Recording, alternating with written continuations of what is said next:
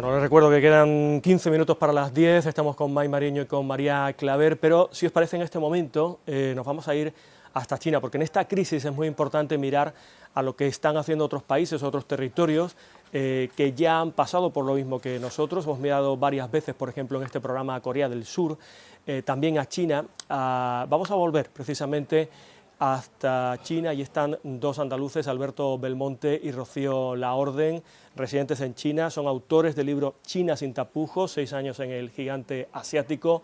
Muy buenos días. Hola, buenos días. Hola, muy buenos días. Bueno, nos atendéis desde la isla de Hainan, cerca de la capital Haikou, ¿no? ¿Cierto? Sí, Sí. efectivamente. Bueno, estamos hablando, como sabéis, en fin, por la información que os llega y también por el contacto con vuestras familias, es que a partir desde ayer los menores de 14 años ya pueden salir a la calle, hoy también, aunque como decíamos en algunos lugares de Andalucía está lloviendo, lo que va a impedir en cierta manera que sea un día de sol como fue el de ayer y de disfrute, un verdadero domingo de abril.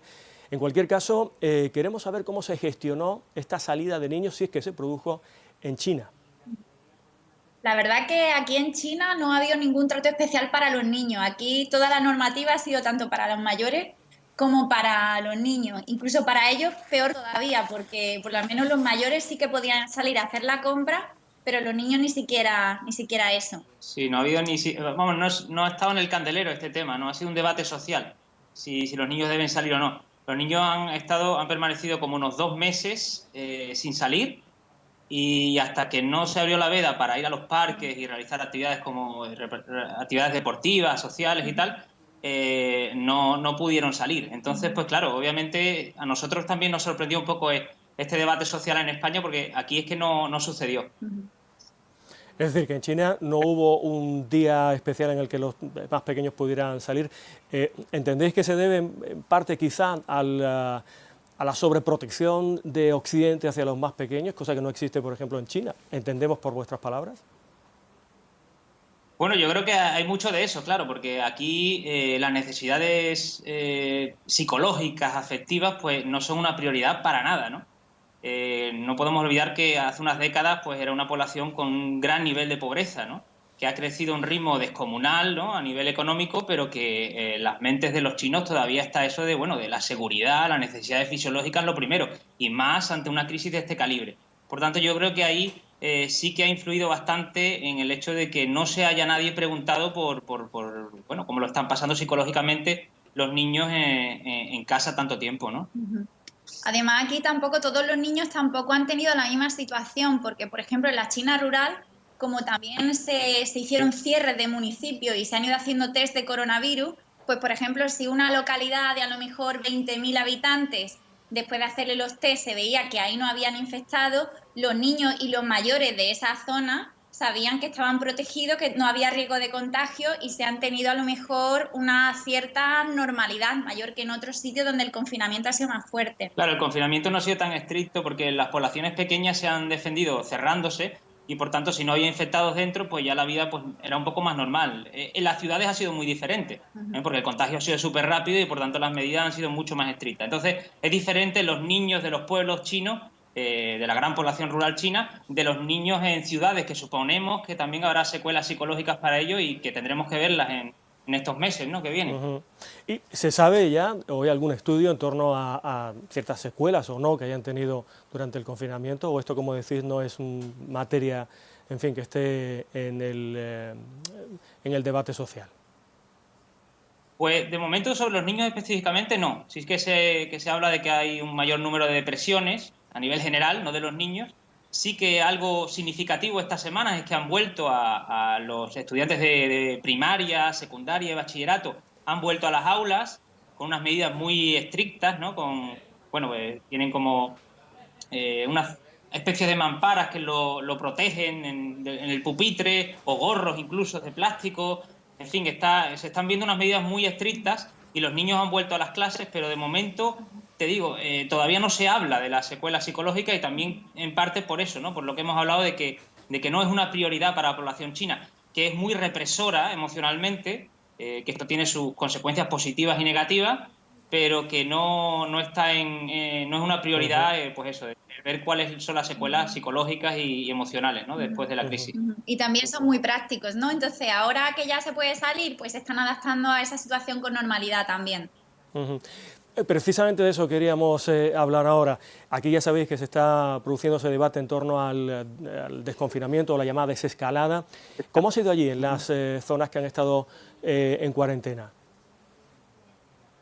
Pues realmente, bueno, aquí lo primero que se abrieron fueron las fábricas, las construcciones, algunos restaurantes, después se dio paso a los parques también, y ahora todas las medidas no van a restringir la movilidad de los ciudadanos, no nos restringen la movilidad, pero sí que hay un mayor control, es decir, seguimos con esa aplicación de móvil que hay que enseñar en todos lados, con controles de temperatura. Incluso, bueno, sigue la cuarentena, por ejemplo, si te mueves de una provincia a otra, llegas a esa provincia, tienes que estar 14 días en un hotel, en cuarentena, es decir, hay unas medidas de control de prevención, porque está habiendo algunos focos muy aislados en Harbin, sobre todo en el norte y en Pekín, pero la movilidad no se está viendo reducida, simplemente un mayor control para ir, bueno, pues preveyendo un poco los problemas que puedan surgir a partir de ahora en focos aislados, ¿no? Pero aquí se habla de ciertas medidas, no hay nada concreto, por cierto, hay que decir que nadie se precipite, por ejemplo, a poner mamparas en restaurantes o en otros lugares, porque todavía no hay una orden sobre eso, pero aquí se habla de mamparas en las mesas, se hablan de en los probadores de ropa, que esa ropa tiene que apartarse, en fin. ¿Esto ocurre allí o es diferente? Sí, también se está viendo en algunas provincias, también se está viendo, en otras, por ejemplo, no es así. Es que en cada lugar se está viviendo las cosas de manera diferente. Aquí, por ejemplo, nosotros en la universidad donde trabajamos se le ha ofrecido a los estudiantes la posibilidad de que si quieren pueden empezar a volver cumpliendo unas normas súper estrictas o, si lo prefieren, pueden seguir quedándose en casa hasta el próximo curso. Y la mayoría de estudiantes están decidiendo que se quedan en casa, porque volver aquí pues implicaría, como ha dicho Alberto, quedarse 15 días en la habitación de un hotel, y en esa habitación de hotel te van a traer 3 comidas al día, solamente abrirás la puerta en ese preciso momento en que te lleven las 3 comidas y tú dejarás la basura afuera. Por ejemplo, todo lo que tengan aquí en las residencias universitarias de ropa y de todo se le van a desinfectar, habrá muchas cosas que van a tirar. Tiene que pagar también los gastos del hotel, lo tiene que pagar el propio estudiante, y además, si vuelven a la universidad, se está hablando de que de 12 a 2 de la tarde todos los días tienen que salir de sus habitaciones porque van a desinfectar. Por tanto, claro, son medidas que hacen pensar a los estudiantes que quizás no prefieren las clases online para lo que resta del curso. Pero se está hablando de ciertas medidas que todavía no se están llevando a cabo, pero sí, se nota que todavía, bueno, pues hay mucho por probar y ver qué es lo que funciona. Rocío, Alberto, están con nosotros María Claver y May Mariño, que también tienen alguna cuestión que plantearles. May, empezamos por ti si quieres.